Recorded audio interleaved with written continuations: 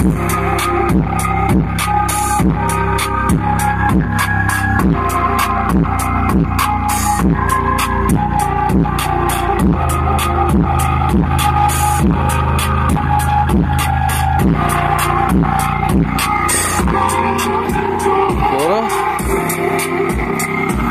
искам да ви споделя. Вчера от фирма SkyTrack Пловдивско какво си купихме? Молихме се на той на оня.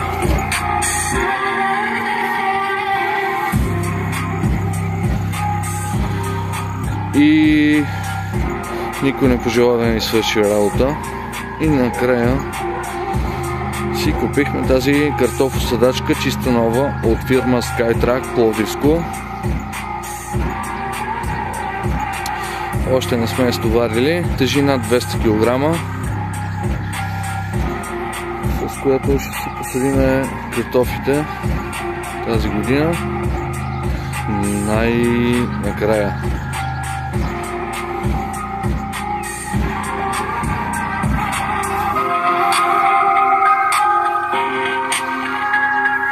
Ето тук механиката. Поръчал съм една кофа грес, голяма кофа грес, която може би ще дойде утре от Спиди. Защото тук има много засмазване. Вериги, дресьорки. Къде беше тая дресьорка едната? Не помня вече. 10 дресьорки има. Както и да е. Тази какво я продавам. Тази Honda лети като самолет и се продава. В Mobile.bg има обява. Който иска, може да влезне да я разгледа. Тук двора вече сме го нагласили. Аз в един предишен мой клип бях споделил, че имам планове за двора да го правим. Ето и вече е направен. 20 000 лева ми отидоха до момента да направим основите за оградата. От тук нагоре 1,50 м ще е с бетонови панели. От тия готините. Посадил съм и тревичка, розички, това. Още имаме да съдиме. Купил съм още рози, имаме по сакси. А тук ще посадиме нашия разсъд домати.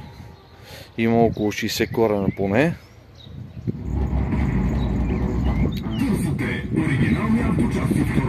Втора употреба оригинални авточасти.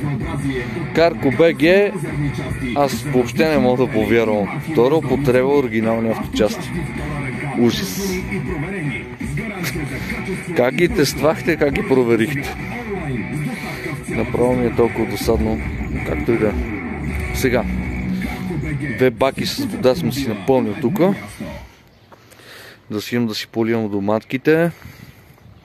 3-4 бразички тук ще изтеглим. Само да му дойде времето. И така, тук по къщата терасата си я остъклеих. 3000 лева ми струваше това нещо. Сам си изидах тухлите. Те беха около 1000 лева. Дограмата беше 1400. Отвътре всичко е шпакловано и почти готово за живеене. Ще ви покажа по-натам как ще стане работата. Ето го тракторчето. Изорали сме нивичката. Закачил съм опрезата и един месец с покада вали тук не мога да ходя да фрезовам и да ходим да си посадим картофи. Значи скоро ще стане това и се надявам да снимаме клипове заедно с това. Така. Ще имаме клипове с музиката на джипа. Отдавна, преди още една година съм направил музиката, даже повече от година. Още не мога да довърша клипа, че нещо компютъра се базика. Но ще стане и това и ще го гледате в YouTube. Само за вас.